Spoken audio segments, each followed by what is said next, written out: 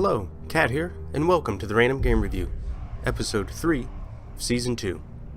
Tonight I'll be reviewing for you Senua'S Sacrifice, HellBlade. This game is an immersive game not like any you may have tried before. The game is a light to medium puzzle game mixed with button smashing combat. The story behind Senua'S Sacrifice is that you're on a quest to retrieve the soul of your lover. Now, Senua is part of a tribe somewhere in northern England that has been attacked by Vikings, and everyone was killed. She apparently was spared because she was out somewhere doing something, and she came back and found, everyone dead, and found her boyfriend slaughtered.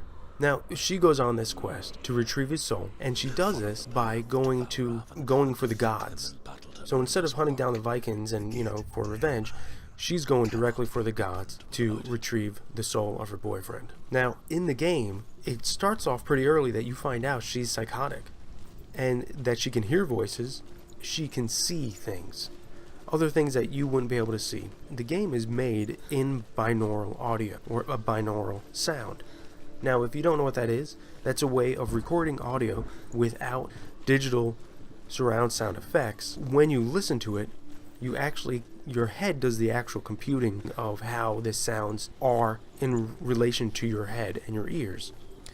It gives a great effect of realism that the voices that you're hearing are actually around you, and that it actually sounds like the people that are speaking are right next to you.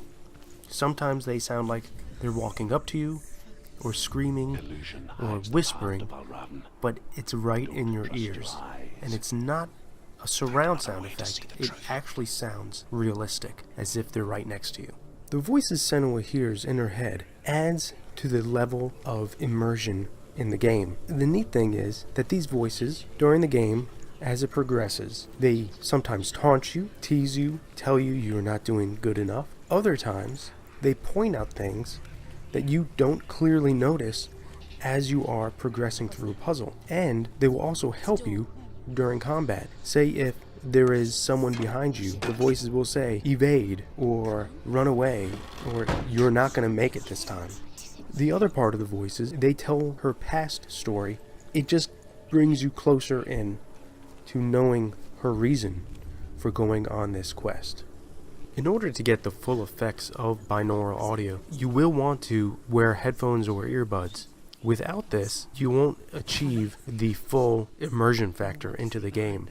Also, you want to make sure that your sound settings on your sound card, or whichever device you're connecting to, if it is a TV perhaps, is not set to surround sound, because this will augment how the sound is translated from the game to your heads. You need just stereo output. The visuals in the game are stunning, to say the least.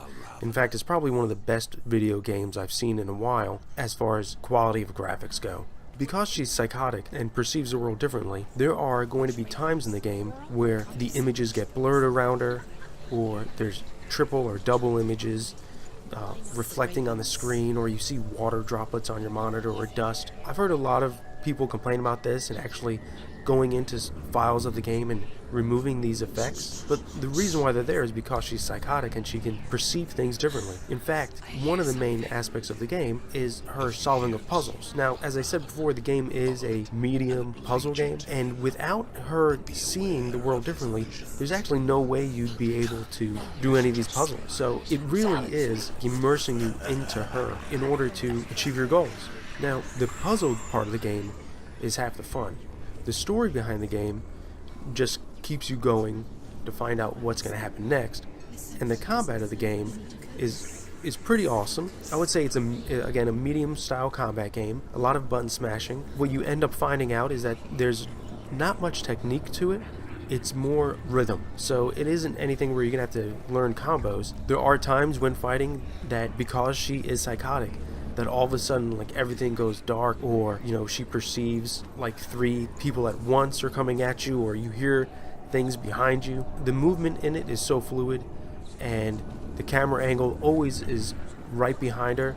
You never end up having, say, like a Resident Evil moment where she's backed up against the wall and the camera flips around and then you have to push left to go right. So I find the combat fun to play. The overall story is also very intriguing. With the story, there's a side story to the game that you find out in the very beginning. Now, there are these signposts along the way where you can learn more of this side story, and it's not like any missions you go on, but the side story is the tale of basically of Thor, Odin, and all the gods of the Vikings. You don't have to listen to these as you go along, but it does help prepare you for each level that is to come, or each section that is to come after you complete a puzzle. So I recommend listening to them. Now, I didn't listen to them all. I couldn't find them all. The ones they put out there that are easiest as you're just walking around and you kind of stumble on them, definitely worth it to listen to. The levels in the game are set up in such a way that they don't technically progressively get harder, but they do have enough variation in them where you're not feeling like you're playing the same thing over and over again. When you start the game, at the beginning they tell you, oh, you have to beat these two main characters in order to get to the final boss.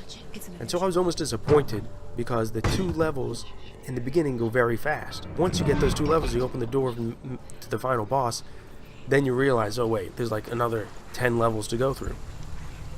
The game itself, as far as playthrough, I played maybe about 4 hours, 4.5 hours max. So it's not a very long game, and I prefer games that are short like this. Some people prefer long, involved games where they put maybe 20 to 40 hours in it, say Fallout 4 or Destiny 2. Those type of games, I just get bored with that after a while because there's no apparent end to the game as far as I feel. So a game such as Senua'S Sacrifice, where it only took me about 4 hours to complete, it kept me involved enough that I was able to come back to it without thinking, what have I forgotten I've done? And with every advance in the game, I just wanted to know the next part. As you progress through the game, you find out that you actually don't have any options for saving multiple stop points. The game progresses, and as you progress along with it, it autosaves. Now, when you're playing the game, you can die in it, and you can die multiple times. The problem is, and what I've heard some complaints about, is that when you die, you have this, what they call in the game, a rot on your arm. The rot grows from your right hand up your arm.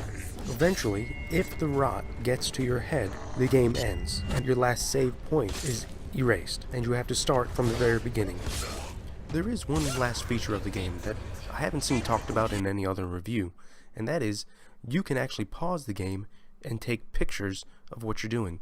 You can do this in high definition resolution, 4K, 360, of any part of the game, either while you're playing a puzzle, watching the storyline, or mid-combat. It's really a nice feature to have, and I think a lot of games should have it. I don't know if really no one said anything in the reviews I've seen, because it is available in other games. This is the first game I've seen it in, and I think it's definitely an added bonus to the game of capturing what you like and sharing it. In conclusion, I'd have to say Senua'S Sacrifice is a great game. It's got a really intriguing background story, puzzles that keep you interested and help break up the fighting combat scenes, which can at times get intense, and it also has a replayability to it, whereas this second time when I'm going to replay through it, I don't really have to focus so much on trying to complete the game. Now I can kind of take it easy, go through the puzzles, and then hunt down some more of the backstory and really delve more into it. I think that this would be a great game for anyone to play if they're not turned off by either the psychotic aspect of the game or the blood and guts of the storyline. Now, if you enjoyed this review and you enjoy games like this, let me know in the comments below. Also, let me know what games you would like to see reviewed.